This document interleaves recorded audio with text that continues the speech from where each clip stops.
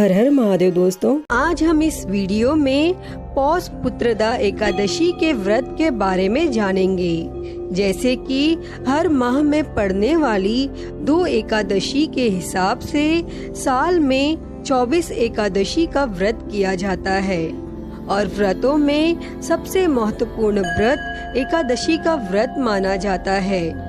तो वहीं इन्हीं एकादशियों में से पौष मास में शुक्ल पक्ष की एकादशी पौष पुत्रदा एकादशी कहलाती है और पौष पुत्रदा एकादशी के दिन भगवान विष्णु की पूजा की जाती है तथा मान्यता है कि यह व्रत करने वालों की सारी मनोकामनाएं पूरी होती हैं। और साथ ही नाम से यह भी विदित होता है कि यह व्रत संतान प्राप्ति के लिए उत्तम माना जाता है।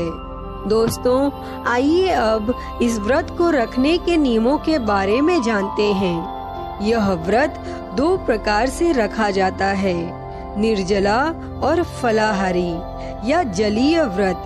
माना जाता है कि सामान्यतः निर्जल व्रत पूर्ण रूप से स्वस्थ व्यक्ति को ही रखना चाहिए और इसके तहत व्रत से 1 दिन पहले सात्विक भोजन करना चाहिए और प्रातः काल स्नान के बाद व्रत का संकल्प लें और इसके बाद गंगा जल, तुलसी, तिल, फूल और पंचामृत से भगवान विष्णु की पूजा करें और व्रत के अगले दिन किसी जरूरतमंद व्यक्ति को भोजन कराएं और दान दक्षिणा देकर व्रत का पारण करें। और इस व्रत को निर्जला यानी बिना जल के किया जाता है।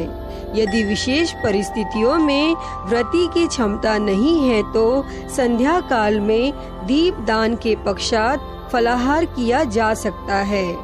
दोस्तों, एकादशी तिथियों में पुत्रदा एकादशी का भी विशेष स्थान है। निसंतान दंपतियों के लिए यह व्रत एक बहुत महत्व रखता है। यह व्रत संतान प्राप्ति और संतान उन्नति की कामना के लिए किया जाता है।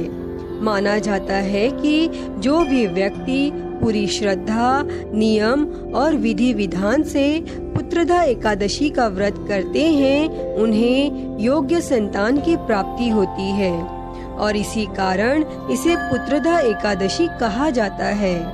पौष माह में पड़ने के कारण इसे पौष पुत्रदा एकादशी कहते हैं। पौष पुत्रदा एकादशी के दिन श्रद्धा पूर्वक भगवान विष्णु का पूजन किया जाता है और इस व्रत की विधि इस प्रकार है।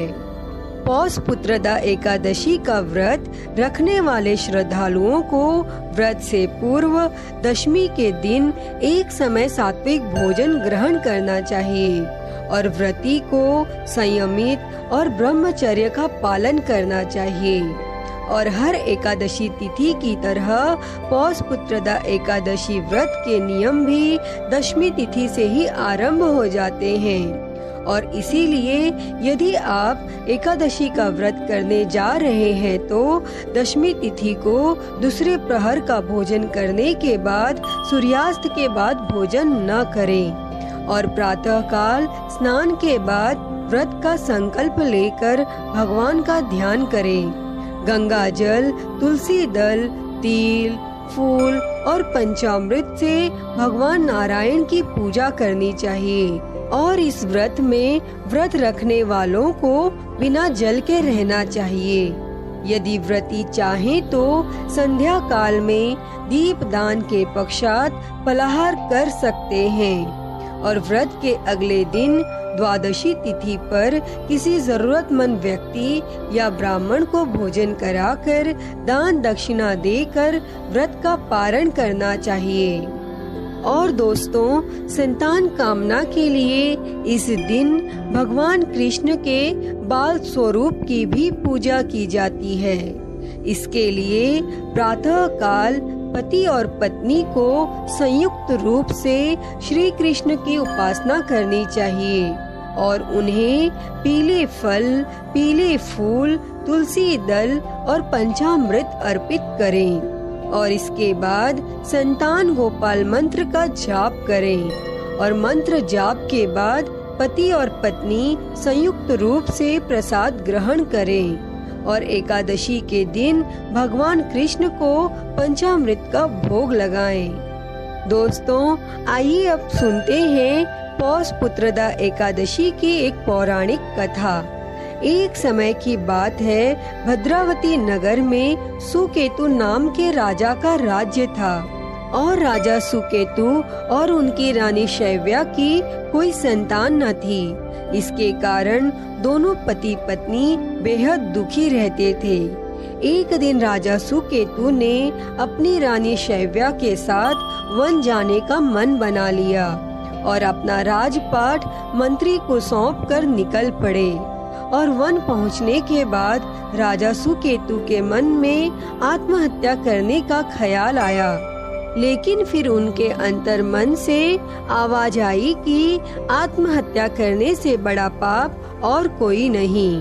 तथा इसके बाद अचानक राजा सुकेतु के कानों में वेदों के पाठ गूंजने लगे और राजा सुकेतु और उनकी पत्नी उस ध्वनि को सुनते हुए साधुओं के पास पहुँचे, जहाँ साधुओं ने उन्हें पौष पुत्रदा एकादशी के व्रत के महत्व के बारे में ज्ञात कराया। और फिर दोनों पति पत्नी ने पौष पुत्रदा एकादशी का व्रत किया और फिर उन्हें एक संतान की प्राप्ति हुई। दोस्तों, पौराणिक मान्यताओं के अनुसार तब से पौष पुत्रदा एकादशी के व्रत का महत्व बढ़ गया और निसंतान दंपति इस व्रत को करने लगे। इसीलिए ऐसी मान्यता है कि जो भी दंपति निसंतान है, उन्हें पौष पुत्रदा एकादशी का व्रत जरूर करना चाहिए। तो दोस्तों, यह था पौष पुत्रदा एकादशी के व्रत का महत्व, उसकी पूजा विधि और उससे जुड़ी हुई एक पौराणिक कथा। अगर आप सभी को यह वीडियो पसंद आई हो तो प्लीज इस वीडियो को लाइक करें, शेयर करें, कमेंट करें और मेरे चैनल को सब्सक्राइब कर नोटिफिकेशन बेल को जरूर ऑन कर लें। हर हर महादेव। धन्यवाद।